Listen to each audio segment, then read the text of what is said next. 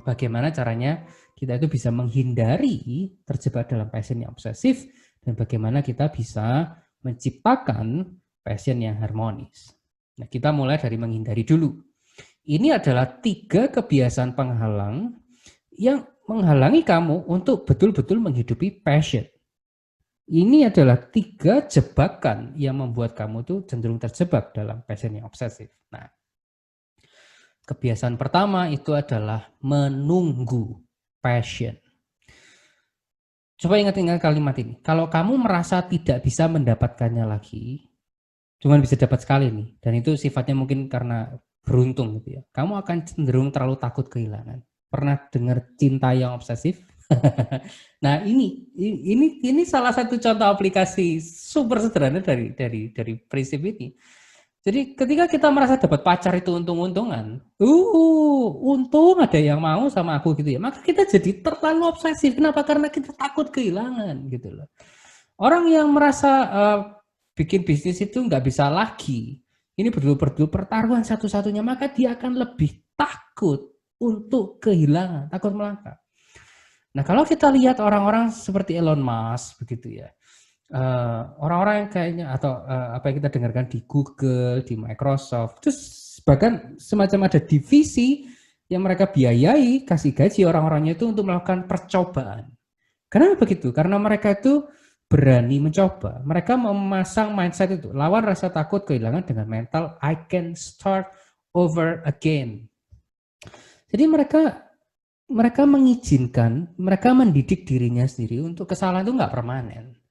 Kalaupun ini hasilnya salah, ya sudah, aku akan selalu bisa mulai lagi kok. Nah, itu yang bikin mereka tidak terjebak dengan passion yang obsesif. Mereka jadi akan lebih jatuh cinta dengan apa yang mereka lakukan.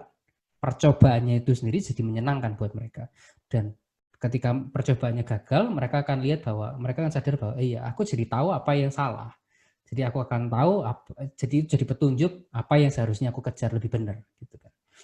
Nah, dalam kacamata organisasi, bagaimana kita berusaha menanamkan ini? Coba pikirkan begini, bagaimana ya caranya budaya kerja seperti apa yang bisa menolong tim itu untuk lebih berani mencoba?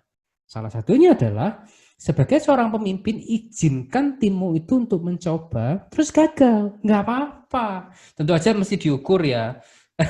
Keuangan dan anggaran tiap perusahaan kan lain-lain gitu. Tapi jangan terlalu, maksudnya berusaha untuk menghindari tim itu sama sekali nggak boleh salah. Karena itu akan membuat mereka berhasil itu cuma ditunggu. Kalaupun nemu passion sesuatu yang berhasil itu mereka akan ketakutan sekali untuk mengembangkan. Jadinya obsesif. Nah, itu bahaya, gitu ya. Seperti gambarnya mereka akan terjatuh dalam jebakan. Mati deh. Nggak dapat passionnya, terjebak dalam duri-duri Mortal Kombat itu. Nah, jebakan yang kedua, kebiasaan yang menjebak yang kedua itu adalah terlalu fokus pada external reward. Coba tanamkan konsep ini juga. Orang dewasa itu tahu bahwa bukan hanya karena sesuatu itu tidak menyenangkan, lalu tidak menyenangkan itu bisa jadi alasan untuk berhenti melakukan yang benar. Kalau kamu punya anak, kita punya anak, terus anak kita itu bilang, "Ma, aku nggak mau sekolah." Gitu. Kenapa? Ya nggak enak, soalnya capek, soalnya gini. Terus apakah gara-gara punya alasan itu terus dia jadi boleh untuk tidak bersekolah? Tentu aja enggak. Atau minum obat, obatnya pahit, terus gimana? Gara-gara pahit nggak mau minum obat. Nah, kita sadar kalau di anak kecil itu kita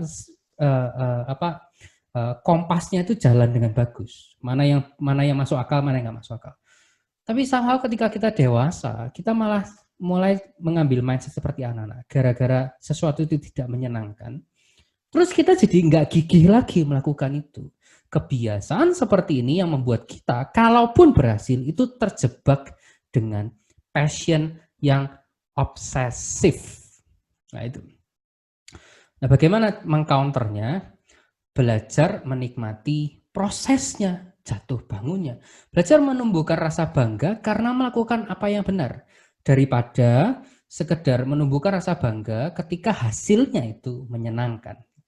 Kalau dalam kacamata tim organisasi, para pemimpin cobalah untuk memikirkan gimana ya caranya supaya nolong tim itu lebih bisa menikmati proses, bangga dengan prosesnya, bukan hanya bangga ketika hasilnya itu bagus. Nah, salah satu strateginya adalah dengan mengapresiasi usaha mereka bukan hanya mengapresiasi hasilnya doang. Itu pentingnya SOP, itu pentingnya strategi bisnis, itu pentingnya perencanaan strategi kerja. Karena hasil itu kadang-kadang bisa dicapai karena keberuntungan. Nah, kalau kita punya rencana kerja, dan selama tim itu melakukan rencana kerja, appreciate, kasih apresiasi, itu akan membuat mereka lebih bangga daripada rencana kerjanya sudah dieksekusi dengan baik, tapi hasilnya berantakan, langsung dihina-hina gitu. Apresiasi usaha mereka, walaupun hasilnya kadang-kadang itu nggak bagus. Jebakan ketiga itu adalah gagal membedakan passion dengan addiction. Nah, ini menarik. Menurut neuroscience, setelah diselidiki, orang-orang yang merasa mengerjakan passion itu apa yang terjadi di otaknya mereka itu tidak jauh berbeda dengan ketika orang-orang itu addiction atau kecanduannya itu kumat. Gitu. Karena sebetulnya passion dan addiction ini definisinya kurang lebih sama. Passion dan addiction itu adalah sebuah hasrat tadi kan untuk mencapai sesuatu. Nah, kalau dalam addiction, kecanduan itu ada tambahannya. Hasrat untuk memuaskan sesuatu, mencapai sesuatu walaupun sesuatu itu merugikan.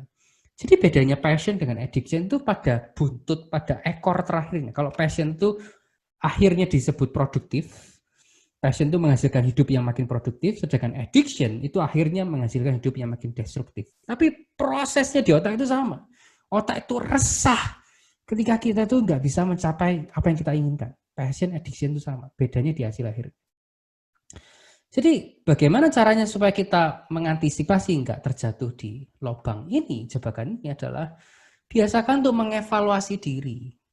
Sangat penting untuk punya feedback 360 derajat dalam kacamata organisasi. Kalau dalam kacamata personal, sangat penting untuk kita tuh punya rekan akuntabilitas. Dan kita itu juga membangun sikap karakter yang terbuka dan rendah hati untuk mau dikoreksi.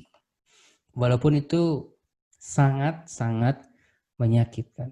Karena kalau kita tidak mau dievaluasi, maka kadang-kadang kita nggak tahu apakah kita tuh naif atau kita itu sedang kecanduan sesuatu yang sebetulnya justru akan bikin itu menghancurkan hidup kita. Ingat ilustrasi saya tadi itu? Kalau ternyata passion kita itu untuk konteks Indonesia ternyata tidak cukup untuk menghidupi keluarga. Mungkin kalau di Amerika bisa. Di Indonesia itu belum bisa menghasilkan industri itu untuk menghidupi lifestyle keluargamu. Dan kita tidak mau dievaluasi, tutup kuping, merasa bahwa pasti bisa, pasti ada jalannya, Tuhan pasti buka jalan.